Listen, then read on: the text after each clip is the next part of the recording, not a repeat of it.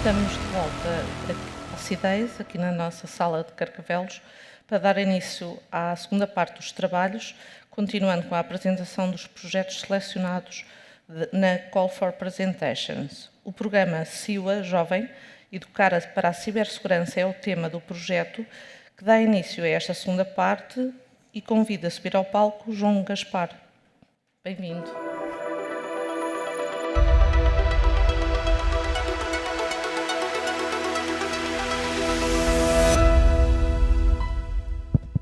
Olá, viva! Boa tarde a todos. João Gaspar, 32 anos de idade, venho do Concelho de Óbidos, zona de Caldas da Rainha, para quem não conhece. Trabalho na área da cibersegurança há sensivelmente 10 anos, atualmente como Cybersecurity Manager na Siemens Portugal. Mas não é isso que me traz cá hoje. O que me traz cá hoje é um programa um bocadinho diferente, fora daquilo que eu faço no meu dia-a-dia, profissionalmente. Faço isto um bocadinho em best effort e faço isto com a CIUA, e já vou explicar o que é isto. A CIUA, para quem nunca ouviu falar, a sigla significa Competitive Intelligence and Information Warfare Association. É uma organização sem fins lucrativos, sede em Portugal, nasceu na Academia Militar de Lisboa, inicialmente num âmbito muito exclusivo ao setor militar. Atualmente alcança várias, eu diria, áreas ou estruturas da sociedade civil, seja o mundo corporativo, seja a academia, seja aparelhos de governo, seja os próprios mecanismos, organismos militares. Aquilo que faltava, e isso foi percebido há um tempo a esta parte, é que a CIUA não aportava valor naquilo que é a sua missão de tornar a sociedade civil, ou melhor, a sociedade como um todo em Portugal, mais segura, mais resiliente. Aquilo que nos faltava era conseguir também trazer esta mensagem até aos mais jovens. E é aí que nasce, o ano passado, em 2024, com uma nova direção, a CIUA Jovem. Okay? A CIUA Jovem tem essa missão, a mesma missão, mas inerente àquilo que são as necessidades dos nossos jovens. E com algum orgulho fui convidado a fazer parte da direção, ficando com este pelour, o pelour da CIUA Jovem. Muito bem. Como é que eu viro os slides? Com este? Ok, boa. Muito bem, então, o primeiro desafio que nós encontramos foi como é que nós vamos fazer isto, não é? Imaginem-se a explicar aquilo que é um phishing ou aquilo que é um dado pessoal ou um dado sensível a uma criança de 8 anos. Nós percebemos cedo que não ia ser um tema fácil. A primeira ideia que nós tivemos foi trazer este livro, ou melhor, criar um livro que ao dia de hoje tem esta forma, ainda não está disponível ao público, estará, se tudo correr bem, a partir de setembro. Atualmente já o estamos a utilizar. Estamos a utilizá-lo em trabalho com as escolas, ok? E basicamente é um livro que elenca aqui duas personagens, o robô, o Safe, que acredita estar completamente pleno das suas capacidades e, portanto, preparado para ter uma pegada digital segura, e depois a sua contraparte, que é a Matilde, que é esta menina que aqui está de cabelo cor de laranja, que lhe vai mostrar que isto não é bem assim que funciona. Okay? Foi a melhor forma que nós tivemos de trazer até às crianças, desde tenra idade, a mensagem, foi ilustrando-a. Okay? A par e passo com este livro, a CIUA tem um programa estruturado que não se enfoca única e exclusivamente nos alunos, portanto nós fazemos sessões em escolas, mas foca-se também no corpo docente e foca-se no ambiente de casa dos mais novos. Okay? Então a ideia é que, através do livro, através das mensagens que lhes são passadas, através das dinâmicas que temos em ambiente de sala de aula, eles possam depois discutir este assunto, ora em contexto de aula, fazendo o follow-up àquilo que foi discutido, ora também em contexto de casa. E é por isso que preparámos para as escolas um guião pedagógico que entregamos aos professores que acompanham a sessão, e este livro é composto também por um guia para os pais. Okay? Já lá vamos.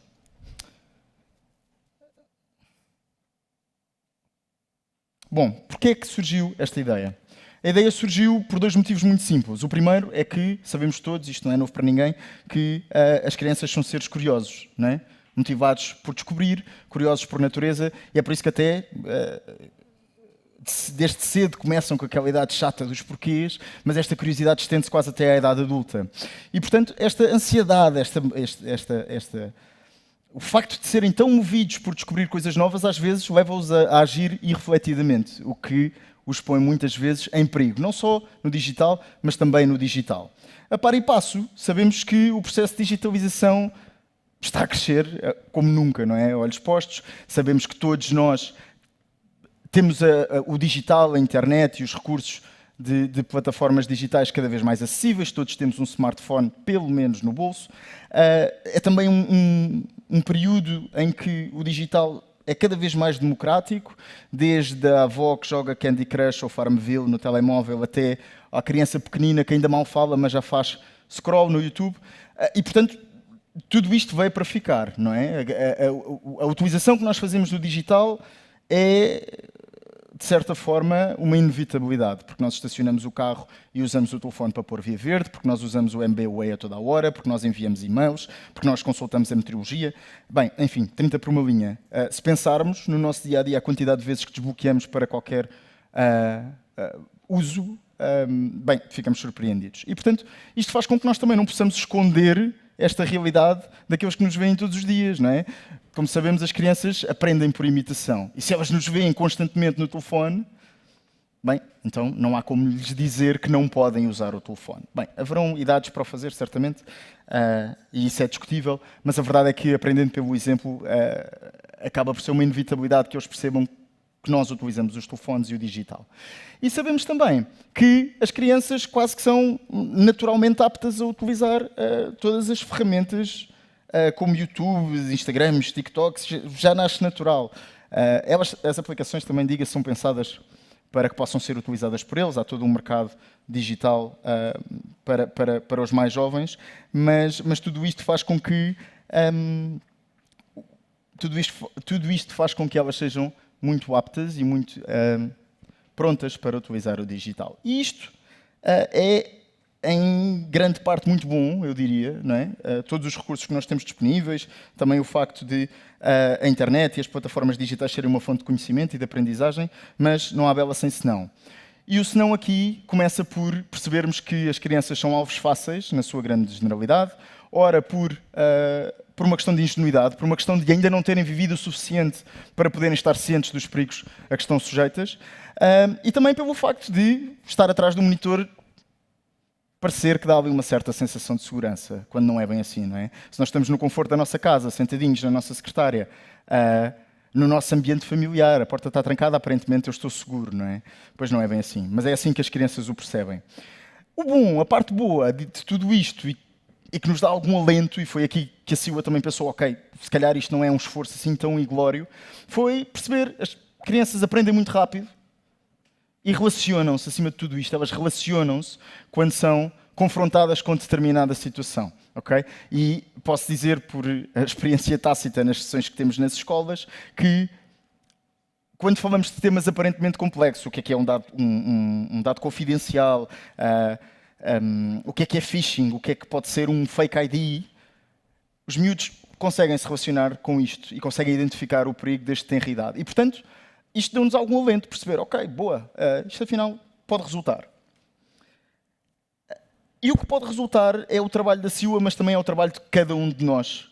Cada um de nós que percebe um bocadinho do assunto, cada um de nós que é pai, irmão, tio, primo, cada um de nós que tem capacidade para trazer conhecimento àquela criança. E porquê? A analogia que eu aqui trago é de um diamante em bruto, pronto a ser lapidado, não é? Percebemos que as crianças são ávidas de conhecer, de saber, movidas pela curiosidade, por vezes ingênuas, fruto da idade, e portanto compete-nos a nós ser os agentes da mudança, torná-los mais ciberseguros, mais resilientes desde tenra idade. Bom, e foi isso é aí também que a Silva tenta aportar valor, ok? É por intermédio de maioritariamente parcerias institucionais que temos vindo a conseguir chegar até aos alunos, chegar às escolas, chegar à sala de aula, conversar com eles sobre os assuntos, fazê-los ver onde é que estão os perigos. E isso tem resultado. E temos tido feedback muito positivo e isso leva-nos a querer fazer mais e a querer fazer melhor, dizendo-vos ainda que a Silva promove um diálogo aberto, não só no ambiente de sala de aula, mas é aquilo que nós incentivamos também os pais, ou os educadores, de forma geral, a fazerem.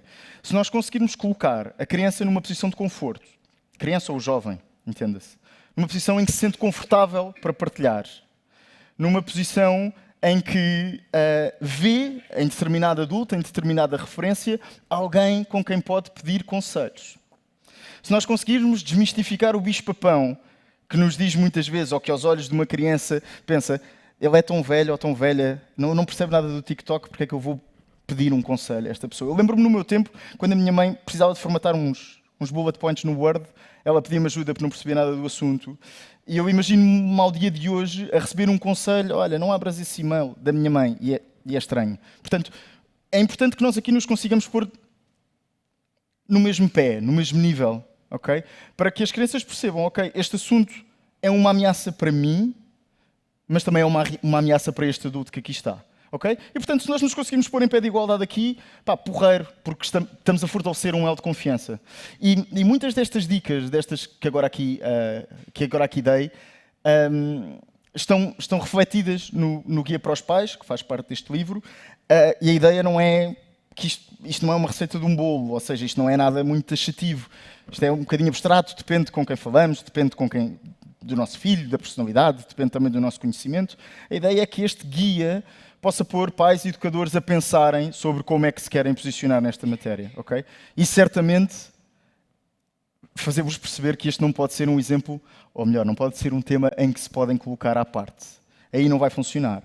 Se toda a experiência, toda a pegada digital de determinado jovem for uma experiência isolada, solitária, bem, então é muito pouco provável que nós possamos ajudar aquela criança a reagir bem perante um perigo, a identificar um perigo, a prevenir esse mesmo perigo, ok? E portanto, este livro e este programa têm esse objetivo, que é explicar em primeira instância às crianças e depois levar a conversa para casa. Há uns anos bons isso foi feito com a reciclagem em Portugal. Eu lembro-me de ter aprendido no primeiro ciclo que o cartão era no azul, o plástico no amarelo e o verde no vidrão.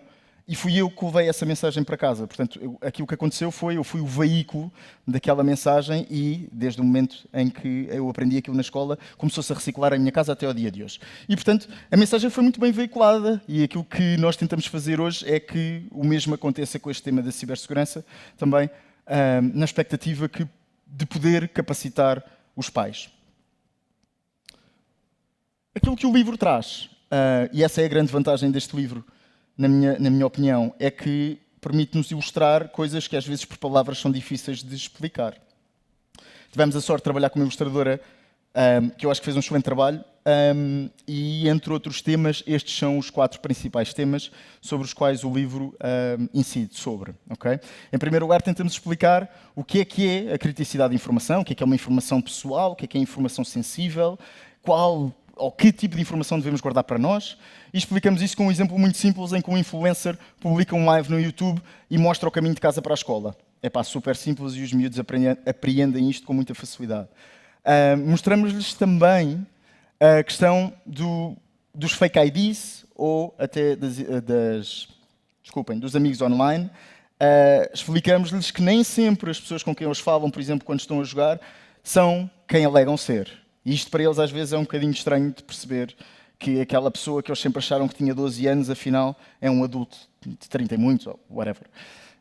E portanto também abordamos aqui um bocadinho para esta questão, explicamos que nos jogos, ou as plataformas de jogos são também habitualmente sítios onde estão atores maliciosos. A informação é percebida e isso também nos dá algum alento. Falamos da questão do ciberbullying, alertamos para, acima de tudo, não praticar, logicamente, mas enquanto vítima, não estar silenciado, portanto, procurar ajuda, exploramos com eles quem é que são os potenciais pontos de contacto que eles podem procurar, os professores, os pais, os irmãos, o melhor amigo. E falamos também um bocadinho sobre publicidade falsa, o que é e o que é que pretende, e também como identificar. E aqui eles são muito bons. Bem, o programa Siua Jovem. E em tom de súmula, este é também o último slide, depois podemos conversar um bocadinho se assim quiserem. Este programa, como vos disse, nasceu nasceu o ano passado, numa fase muito piloto.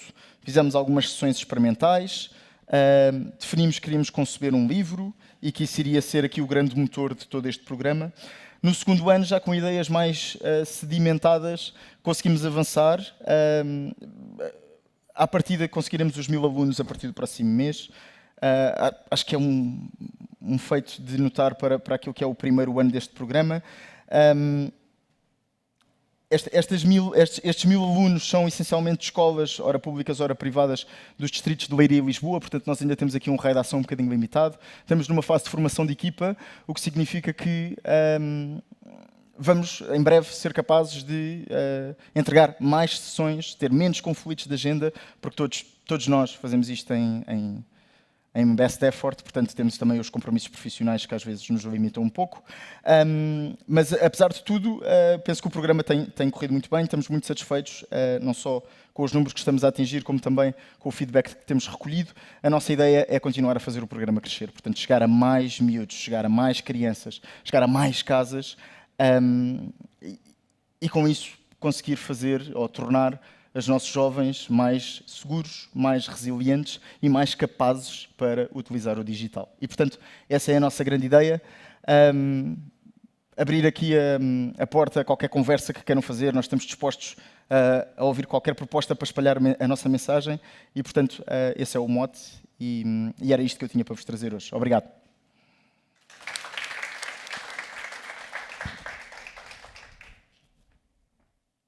Com isto, não sei se há questões, ainda temos aqui uns minutos. Alguém quer colocar alguma questão? Não havendo é porque foi super claro. Exato, eu também Obrigado. É a vantagem. Ok, obrigado, João. Obrigado. O próximo projeto tem como tema o Beacon Object Files Development e chama ao palco para apresentar o Francesco e o Miguel da KPMG.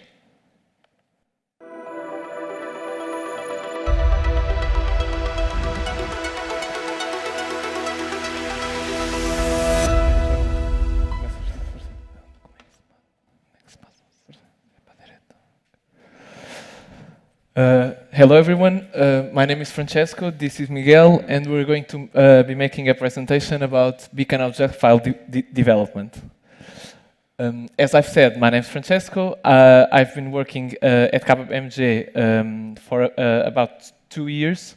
I'm part of the offensive security team there, and I do penetration tests, and I also am a red teamer. My hobbies are mainly playing paddle, doing CrossFit, and playing video games. So my name is Miguel, I'm 24 years old. I joined KPMG also early last year.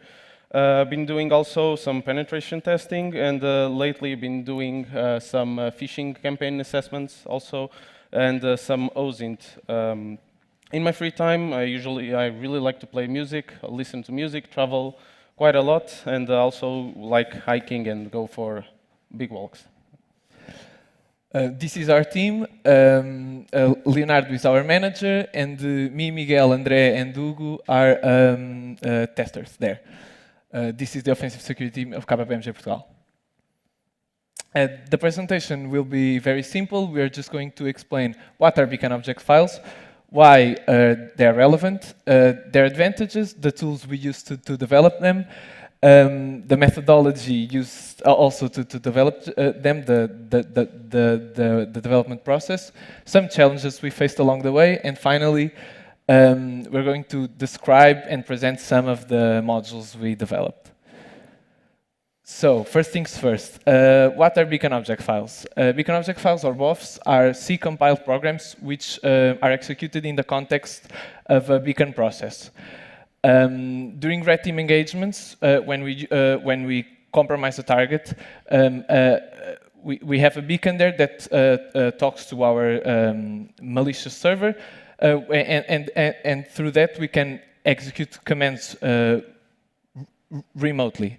The first thing we do usually is, in order to compromise the environment, is to enumerate information and check if the enumerate information about the target and the domain it's inserted in. Doing this usually requires running several commands manually and potentially uploading tools to the target, which can be very noisy. So one solution is to use one of these BOFs to automate certain tasks, and since they use Windows, they take advantage of the of Windows API calls. We can also be more stealthy through that. Here, I'm going to talk about some of the main reasons and advantages why we used, why we decided to start this project. One of the main reasons, as I've talked about, is the automation part. And we decided to develop two different sets of BOFs. The first one is related to performing some security checks related to the target, such as checking if BitLocker is implemented, if LSA guard or if LSA protection or credential guard are implemented on the target. And the second set of BOFs we decided to develop were related to Active Directory checks and some vulnerabilities related to Active Directory. And yeah, for the second main reason was since we had to develop this code in C++, we also, the team overall got better at programming in C++, so that's an advantage. Now, going through the advantages of using BOFs. I've already talked about a little bit about them, but basically, since we're avoiding executing executables which are known online for these executables are usually flagged by antiviruses and EDRs, so basically avoiding those helps us being more stealthy since the BOF is running in a thread in the beacon process, so that also makes them more stealthy, and also we're taking advantage of Windows API calls to execute the BOFs. And basically, this culminates in compared to uploading executables and other tools to the target, we are more stealthy. It generates less logs, and since everything we've built is custom, because it's our code, we have more flexibility to bypass EDRs and antiviruses. So Miguel is going to talk a little bit about the tools we use to develop the BOFs. So in terms of the tools we used are the ones that are shown on the slide. First of all, we used Visual Studio in order to develop the C++ code. Also, we took advantage of a BOF VS template, which helped us and facilitated us on developing these BOFs by only needing or requiring the C++ file, not caring basically about other files such as header files and other configuration files. We also then used Git for dependencies and versions of other software components that we used along with the BOFs.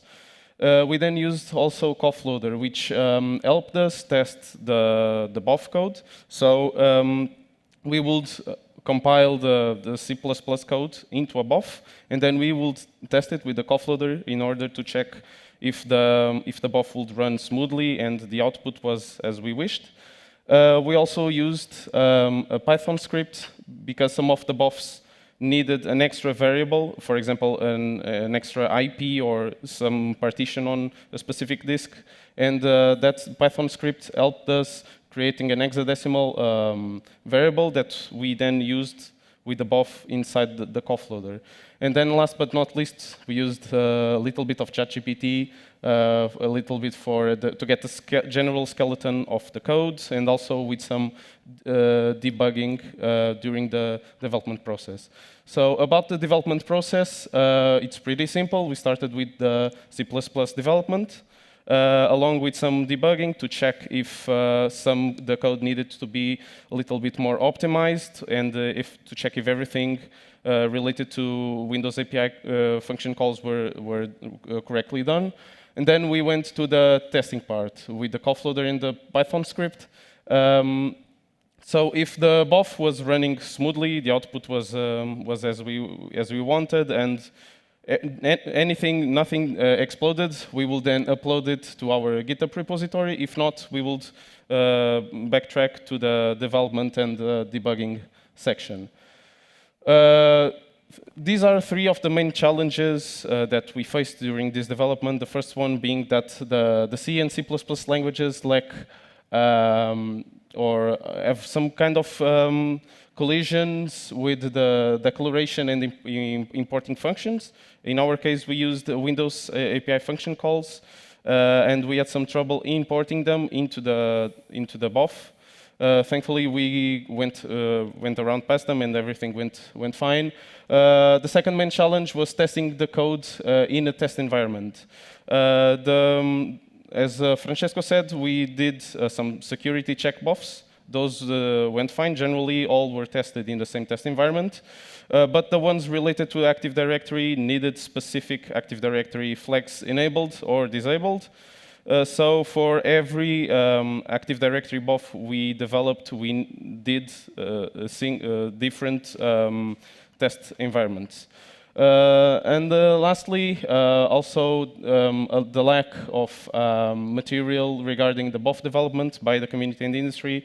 Also, how to implement these Windows API calls into the BOFs that are not much talked about in the industry and the community. So, talking about this, now we are going to assess some of the BOFs that we developed. Firstly, the security check ones, which are 14, as shown on the slide. There you have more simpler ones, like BitLocker and Security Boot, which just check if the BitLocker is enabled on the specific device, or if Security Boot is enabled on the device. And you have a little bit more complex ones, which are the DFS cores, Petit Potin, and Lapse Password, which I'll be presenting them.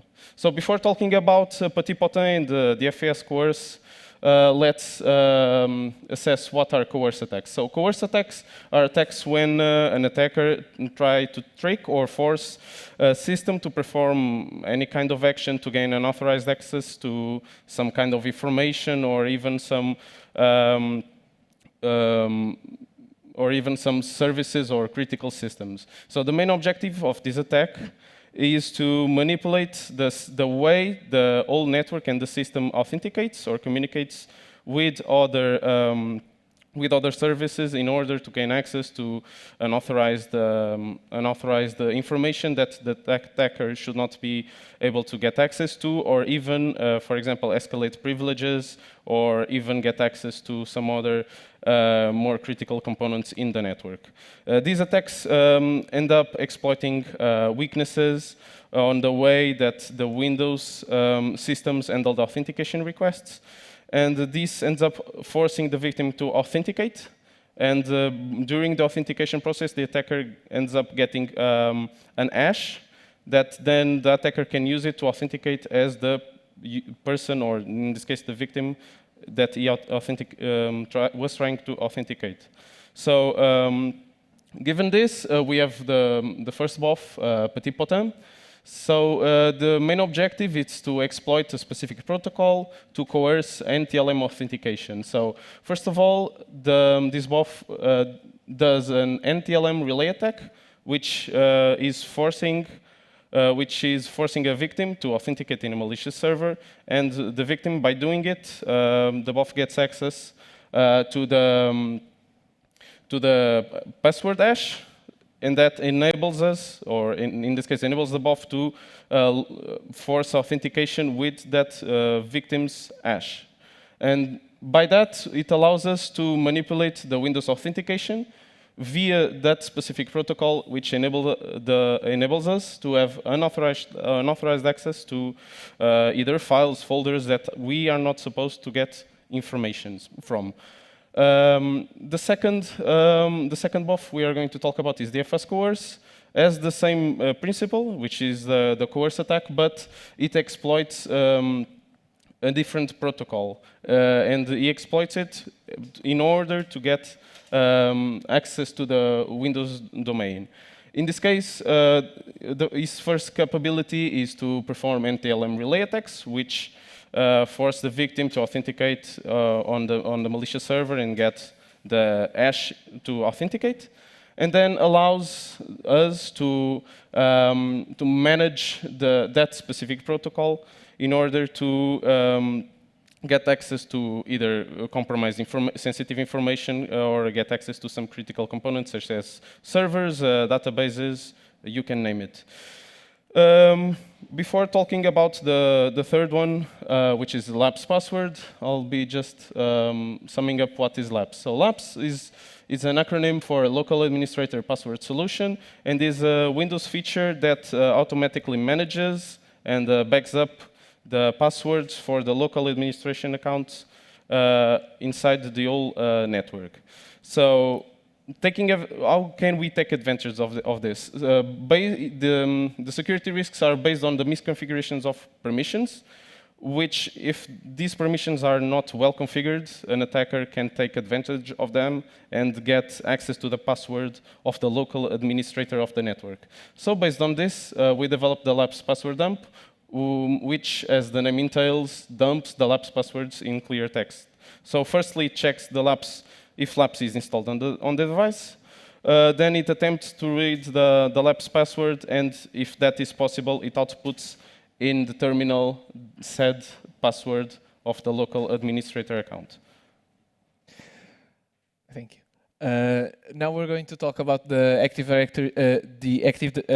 Directory enumeration buffs we've developed. Some of these buffs, as you can see by the names, you probably know some of these vulnerabilities, and we're going to talk about 3 of these. The first one is related to what Miguel was just saying, but basically, in an Active Directory environment, some users may have a permission where they're capable to read the LAPS password on a specific server or computer. Basically, what this buff does is that it enumerates all objects in Active Directory and in the domain, and checks which users have read permissions to the LAPS password. So, for example, here. We ran this buff specific to check which users have read permissions of the LAPS password on a specific computer, and we got this response. So basically, the security devs group has access to this to read the LAPS password. This is relevant because if an attacker has compromised a user that's part of this group, he can then escalate privilege on this specific machine by reading the LAPS password. Then the second buff was one of the more complex ones, and it's related to Active Directory Certificate Services vulnerabilities. Active Directory Certificate Services, ADCS, in an Active Directory environment helps to manage and issue certificates, which can be used, for example, for client authentication. And there are 2 main components here: the certification authority, which issues those certificates, and the certificate templates, which are used, which a client uses to request a certificate to the certification authority. Here, there's room for many vulnerabilities, and those vulnerabilities can be found in the certification authority configuration as well as in the certificate templates. Up to now, it's public knowledge that there are 16 different escalation vulnerabilities related to Active Directory certificate services, and our buff aims to enumerate 4 of these vulnerabilities. Their names are ESC1 to 16, ESC1, ESC2, ESC3, ESC4, and we made checks on 1, 4, 8, and 10. Basically, what we aim to check is if there are any vulnerable certificates. In this example, we extracted the information about the certification authority and the certificate templates from Active Directory using RBOF, and you probably can't read it, but this is the configuration, and below we can see that the template is vulnerable to ESC1. I'm not going to talk about what this vulnerability does, but basically it lets a user request a certificate impersonating, for example, a domain admin, and he compromises the domain instantly using that certificate. It's a very interesting vulnerability. Finally, the final buff we're going to talk about related to Active Directory is DC Sync. DC Sync is a feature that domain controllers use in Active Directory usually to sync the directory dataset between them. It's a permission that certain accounts have, highly privileged accounts, and what our buff does is that it checks if there is, for example, a misconfiguration in a user account that has these privileges, and if so, it appears in the output of the buff, and if we have compromised that user account, we can then perform a DC Sync attack and get access to all the directory data inside the domain controller, which contains all the user's passwords, hashes, etc. Basically, if we have access to this DC Sync attack, we can compromise the domain instantly. And those are the buffs we have for you today. Feel free to ask any questions if you have. Thank you.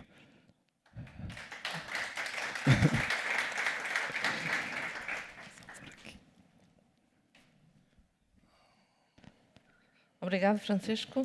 Miguel? Obrigado. Obrigada. Obrigado.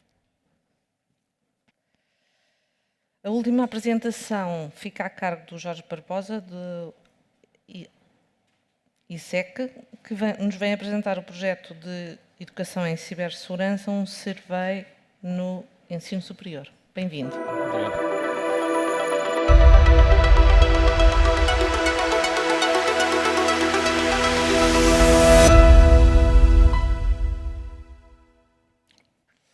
Peço desculpa, estava a testar o laser e avancei. Ok. Então, boa tarde. Muito obrigado a todos por estarem presentes. Em particular, também queria agradecer ao Centro Nacional de Cibersegurança por ter selecionado esta minha proposta. Então, brevemente, vamos falar um bocadinho disto. Pronto, eu queria começar por, portanto, o título de Educação em Cibersegurança, um server de ensino superior. Eu sou professor no Departamento de Engenharia Informática e Sistemas do Politécnico de Coimbra, mais em concreto o ISEC, Instituto Superior de Engenharia de Coimbra, onde sou professor coordenadora e não vou dizer ao contrário dos anteriores apresentadores a minha idade, mas já há bastantes anos que estou aqui professor. Antes de avançar aqui assim no slide, aqui neste primeiro, eu diria que qualquer um de vocês que está a ver neste momento Educação em Cibersegurança, um server de ensino superior, o que é que está a pensar? Provavelmente está a pensar num curso, seja uma licenciatura, um ramo de uma licenciatura, especialização de mestrado, uma pós-graduação, o que é que seja, em cibersegurança. Okay? Bom, antes de avançar, depois falarei disso mais à frente, não é nada disso o nosso propósito aqui. Okay? Desde já chama a atenção. Portanto, eu não irei falar de mais um curso da área de cibersegurança, como é que é o currículo, como é que não deve ser o currículo, ok? Mas sim, outra preocupação que nós temos, portanto, nós temos neste Instituto à volta de 15 licenciaturas, entre elas aquela, ou aquelas, porque são 3, onde eu sou docente, que é Engenharia Informática, e temos muitas outras, assim como também temos muitos outros mestrados, sem ser Engenharia Informática. Bom, e o que é que acontece, o que é que nos parece? É que o conhecimento mínimo, e aí devo fazer uma parte, realçar o trabalho excelente que nos últimos anos, talvez 4, 5, o Centro Nacional de Cibersegurança tem feito, que é ações de cyber-higiene, outras no género, o grande público, digamos assim. Okay?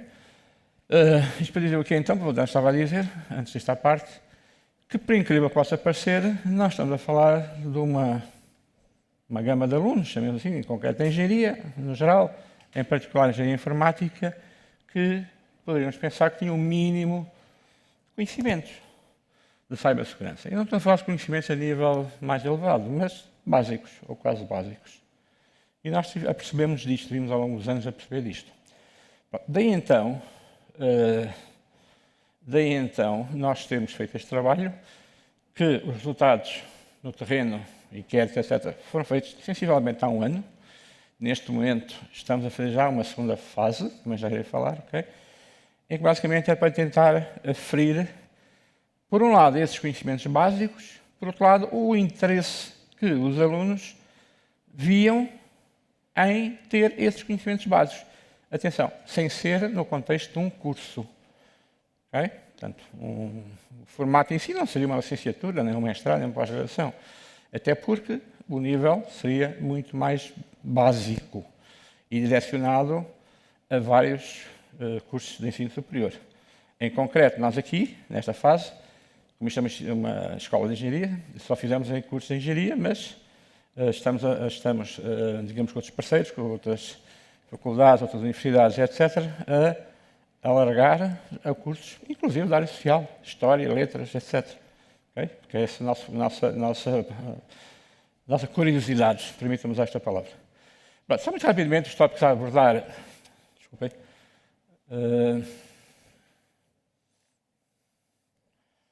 São estes aqui assim, ok?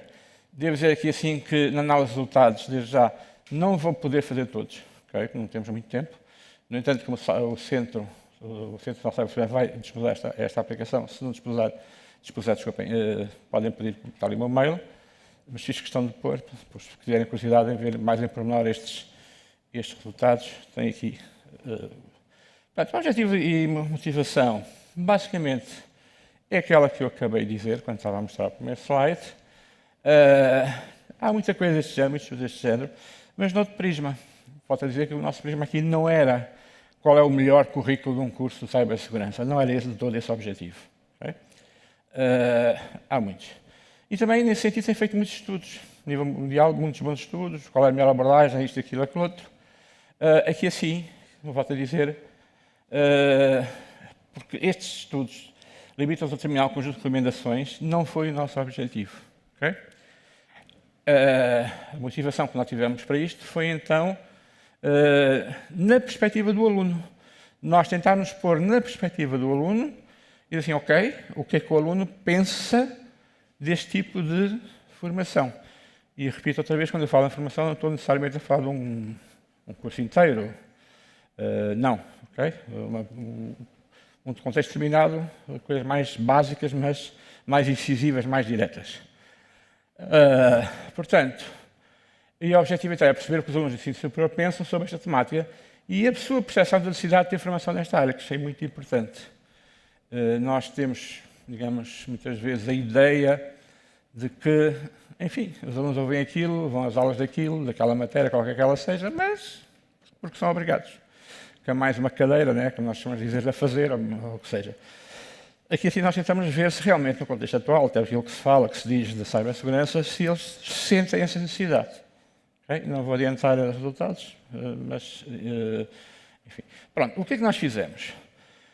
Questionamos, portanto, passamos inquéritos, a alunos de 3 cursos de licenciatura em Engenharia Informática. Porquê 3? Pronto, na minha instituição, no Departamento de Engenharia Informática, a nível de licenciatura, depois temos a nível de mestrado, e CETESPs também, nós temos 3. Um diurno, basicamente das 8 da manhã, digamos, às 6 da tarde. O mesmo curso em termos de currículo, digamos assim, mas agora a começar às 6 da tarde e acabar à meia-noite, que é o que nós chamamos curso diurno e curso pós-laboral. E temos um terceiro curso, aqui refiro, que é um curso que o currículo já é ligeiramente diferente, porque é um curso transnacional. Um curso que nós fomos pioneiros em Portugal, já antes de Bolonha, já tínhamos isto, em 2004, se não estou enganado, foi implementado este curso, em colaboração com 11 instituições de ensino superior europeias, só a Europa. Huddersfield, na Inglaterra, depois saiu, das propinas, está muito caro e não sei o quê. Cá fosse caro em Roma, Burgos em Espanha, Bordeaux, peço desculpa, são duas, em França, não me lembro da outra, Hamburgo, etc. Roménia, Finlândia, pronto. E então estes alunos nós enviamos e recebemos alunos no terceiro ano. Portanto, os alunos aqui basicamente fazem os 2 anos na instituição de origem, seja nós em Portugal, seja um dos nossos parceiros, e fazem necessariamente o terceiro ano num dos nossos parceiros, obrigatoriamente. Antes de Bolonha, que os cursos eram 5 anos, era 3 mais 1 mais 1. Portanto, eles faziam os 3 primeiros anos na sua instituição de origem, depois faziam um 4º ano num estrangeiro e o 5º ano numa outra. Portanto, eles tinham 3 diplomas, neste momento só têm 2. Mas só fazemos o que fazemos, depois tem a ver com os resultados que nós também obtivemos. Público-alvo. Logo aqui, a priori, há uma questão que vocês podem pôr e concordo, que é, então, não existe só engenharia informática. Sim, é verdade. De propósito, porque este foi o primeiro inquérito. E nós quisemos, neste primeiro inquérito, não só saber as respostas dos alunos, a sensibilidade dos alunos, mas também, de certo modo, testar o próprio inquérito. E o que nós pensamos foi que nada melhor do que alunos da área de engenharia informática, correto? E agora, então, iremos passar para outras áreas, inclusive para além da engenharia que começou há bocadinho. Portanto, este foi este teste. Pronto, neste teste foram 490 alunos, distribuído. Os resultados validados, ou recolhidos e validados, não foram tantos, foram 423, se não estou enganado. Porquê? Porque havia alunos que repetiram, porque isto foi distribuído por 3 anos em determinadas cadeiras, nas unidades curriculares, e havia alunos que tinham 2 vezes, tinham repetentes, né? Era uma cadeira, e portanto, esse aí não fizeram o inquérito. Portanto, à volta de 423. Tínhamos então o tal curso europeu, e depois também temos alunos Erasmus. Não são muitos, mas só dos 490, diria que 25 foram alunos Erasmus, de engenharia informática, que não estão incluídos neste número, são outro conjunto de alunos. Esta é a nossa amostra, o nosso público-alvo. O que é que nós fizemos? Um ambiente mais restrito e responsável, ou seja, foi durante ou após os exames. Os alunos faziam exames, era distribuído conjuntamente com o iniciado do exame o inquérito, eles preenchiam, se quisessem, era optativo, e também era anónimo. Portanto, para dar uma certa liberdade ao aluno, de querer ou não querer responder, e também para não se sentirem obrigados, mas no fundo para darem respostas, digamos, corretas, não se sentirem-se obrigados a escolher uma coisa qualquer, não. Portanto, 3 unidades curriculares, uma de cada ano, primeiro ano, segundo e terceiro, okay? Feita em ambientes fechados, digamos assim, de exame. E depois escolhemos os tipos de alunos de resposta, indicava o curso. Porquê? Eu vou juntar aqui estes dois parágrafos. Nós queríamos correlacionar dados. Em concreto, por exemplo, estando nós a tentar perceber o conhecimento dos alunos que tinham desta área, e para além disso, o que eles sentiam, o interesse ou não por esta matéria, o que é que nos foi, o que é que fizemos? Pensamos, penso de acordo com os dados bem, com os dados que com os resultados, que um aluno do terceiro ano provavelmente teria mais conhecimento do que um aluno do primeiro ano.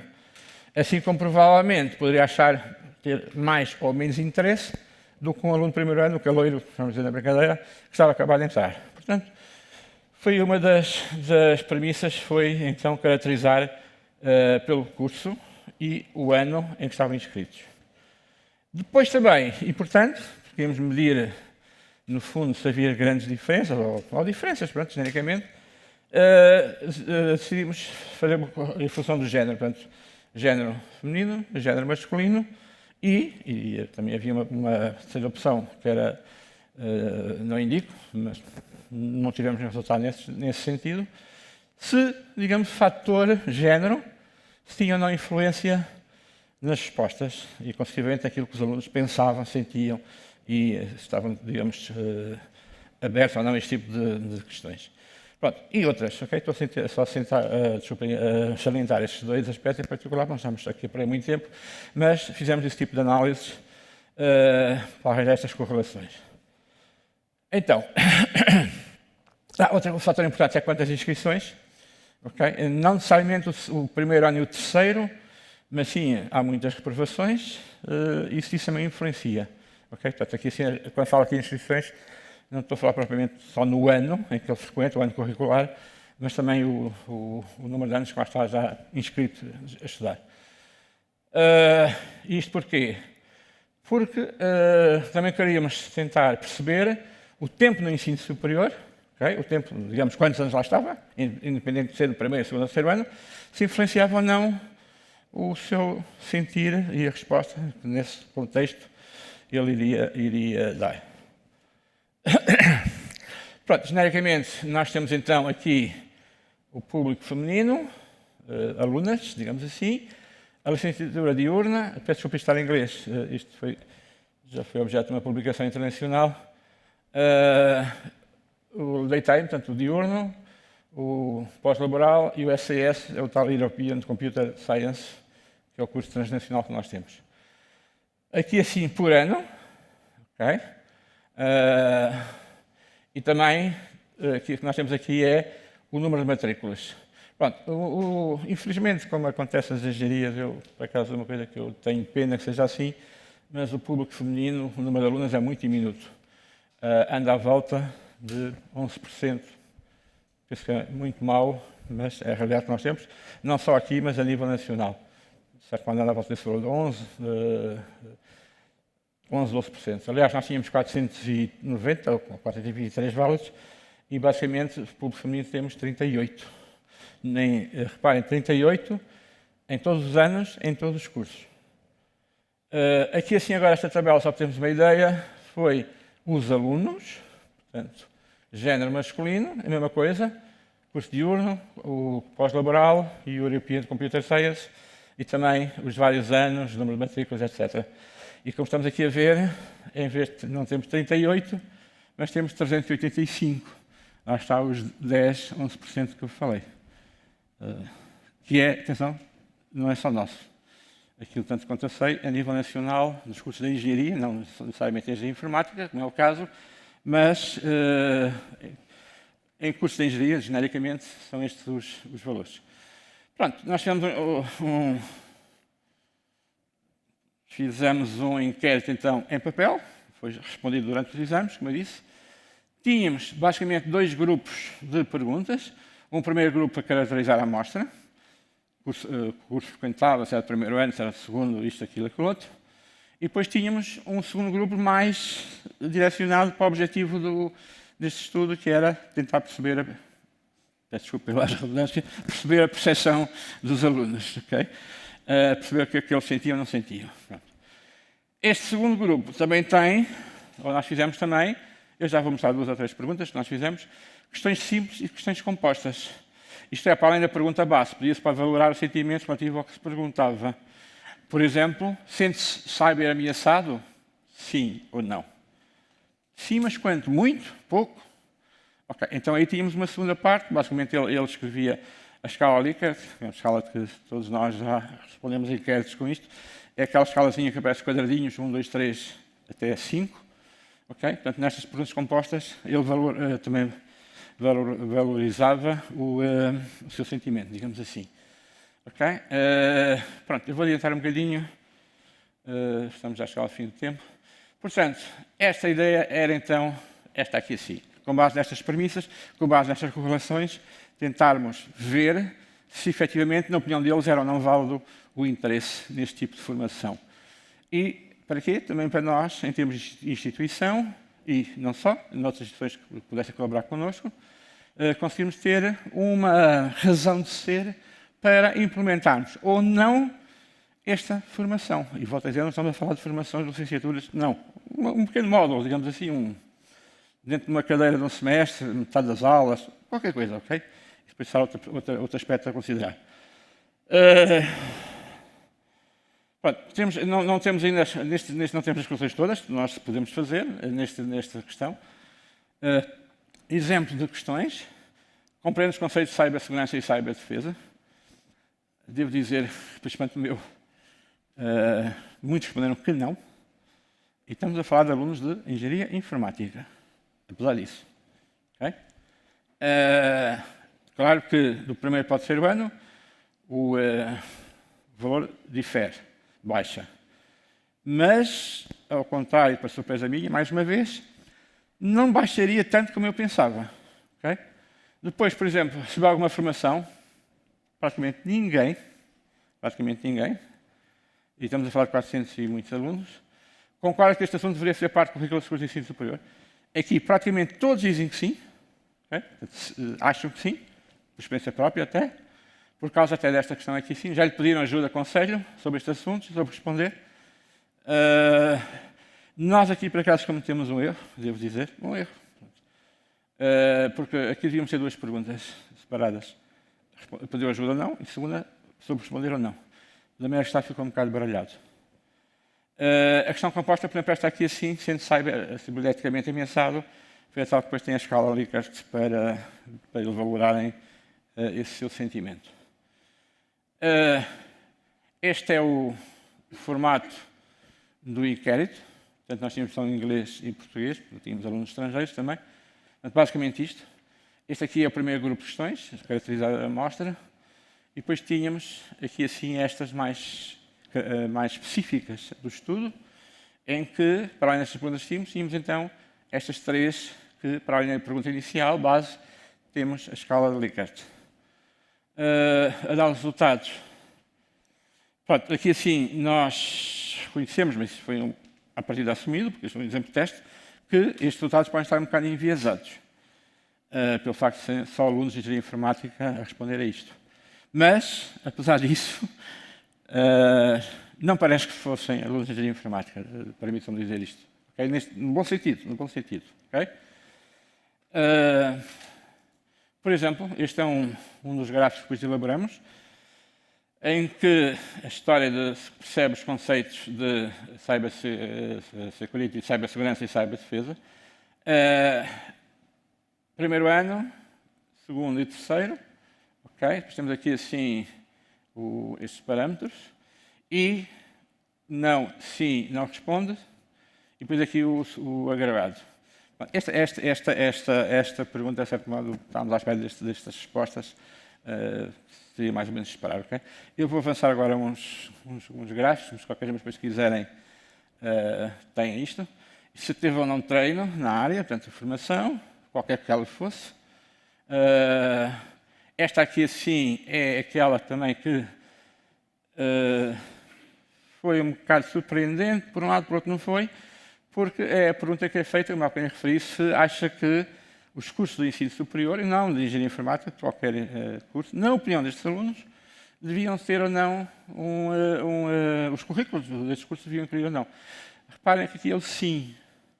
E o sim, quer no primeiro ano, quer no segundo, quer no terceiro, atenção, desculpa, este é o agregado, nós temos o gráfico agregado, portanto masculino mais feminino, que é este, depois temos só feminino ou só masculino. Em qualquer um dos casos, disseram que sim. Ou seja, do total 398, disseram que sim, que deviam. O não, reparem, é residual, na minha opinião, são 23. Portanto, tem 400 e muitos alunos, 23 disseram que não achavam, e 398 dizem que sim. É significativo. Pensamos nós. Pronto, só andando mais um bocadinho. A história do se pediram ajuda ou não. Há aqui uma coisa que não nos surpreendeu, antes pelo contrário, que é, segundo estes gráficos, estes resultados, os pedidos de ajuda foram mais para alunos do terceiro ano do que do primeiro e segundo. Porque é natural, se eu for pedir ajuda a alguém, a um amigo meu, ok? Vou procurar alguém que eu acho que ele perceba qualquer coisa. Nem que não perceba, mas já a priori. E agora aqui assim, se sente cyber ameaçado, e depois aqui assim temos o tal gráfico de Likert, a escala Likert, como estamos a ver, do total, portanto, somatório, 423 alunos não se sente, não se sente confortável, respondendo de outra maneira, ao contrário, portanto, se sente cyber ameaçado. O que consideramos que é muito grande este valor. Okay? Basicamente foi 100%.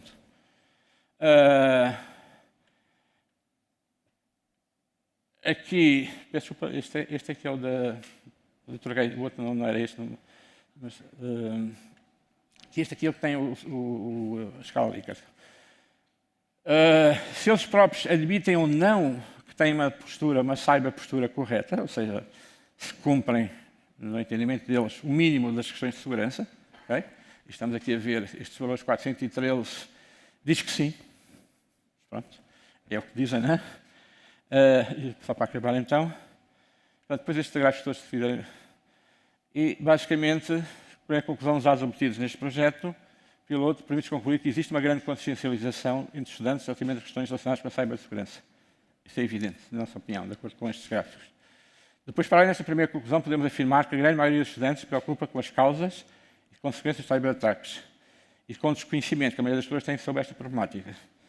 E destas duas, seríamos uma terceira conclusão, não diretamente, foi que leva-nos a considerar como terceira conclusão, talvez fruto das duas anteriores e às suas implicações, de facto, praticamente todos estes alunos, cerca de 94%, consideram essencial que todas as pessoas, em particular os estudantes de ensino superior, atenção, qualquer área, não estamos a falar de engenharia informática, tenham formação em cibersegurança.